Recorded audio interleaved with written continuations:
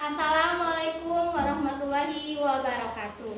Perkenalkan, nama saya Rika Astuti dari kelas B1 PBSI 2024. Mata pelajaran Keterampilan Berbicara dengan dosen pengampu Papia Nugraha MPD.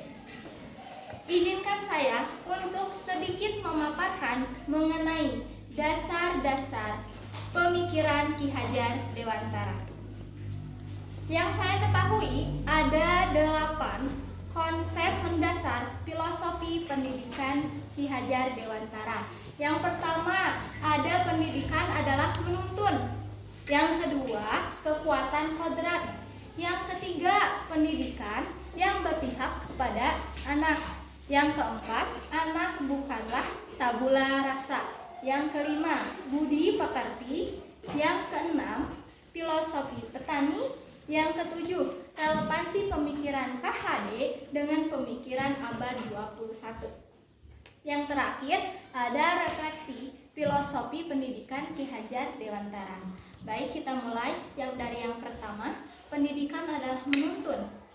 Maksud pendidikan itu adalah menuntun segala kekuatan kodrat yang ada pada anak-anak agar mereka dapat mencapai keselamatan dan kebahagiaan setinggi-tingginya, baik sebagai manusia maupun anggota masyarakat. Pendidikan itu hanya dapat menuntun tumbuh atau hidupnya kekuatan kodrat yang ada pada anak-anak agar dapat memperbaiki lakunya, bukan dasarnya, hidup dan tumbuhnya kekuatan kodrat anak. Sejalan dengan pendidikan adalah menuntun, muncullah semboyan ing ngarsa sungtulada ing madia mangukarsa dan tutwuri handayani, yang dimana di depan memberi teladan, di tengah membangun kehendak, dan di belakang memberi dorongan. Lanjut kedua, kekuatan kodrat. Kekuatan kodrat ini terbagi menjadi 2, yaitu merdeka dan bermain. Manusia merdeka adalah manusia yang hidupnya lahir dan batin tidak bergantung dengan orang lain, akan tetapi bersandar atas diri sendiri. Pengaruh perjalanan pengajaran itu umumnya memerdekakan manusia atas hidupnya lahir, sedangkan merdekanya hidup batin itu terdapat pada pendidikan. Bermain adalah salah satu kodrat anak. Pikiran, perasaan, kemauan, dan tenaga atau cipta, rasa, karsa, karya, pekerti sudah ada pada diri anak. Permainan adalah dapat menjadi bagian dari sebuah pembelajaran di sekolah.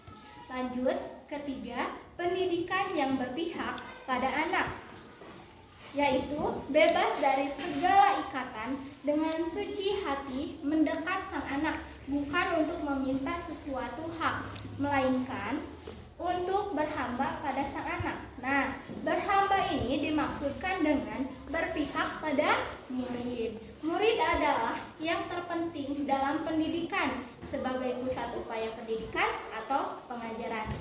Yang keempat, ada anak bukanlah tabula rasa. Anak bukan kertas kosong yang bisa digambar sesuai orang dewasa.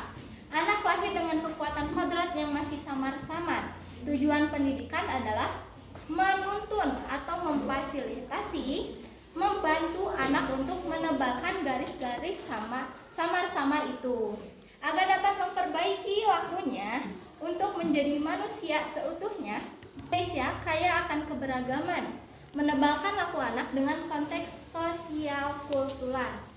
Indonesia kaya akan keberagaman budaya dari Sabang sampai Merauke. Nah, di sini ada contoh untuk menebalkan laku anak.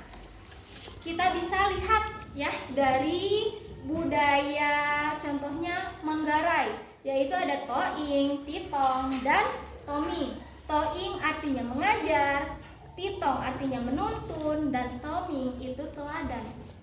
Ada juga pada budaya Jawa Barat seperti Niti Surti, Niti Harti, Niti Bukti, Niti Bakti yang menjadi niti jadi sejatini ngahurip.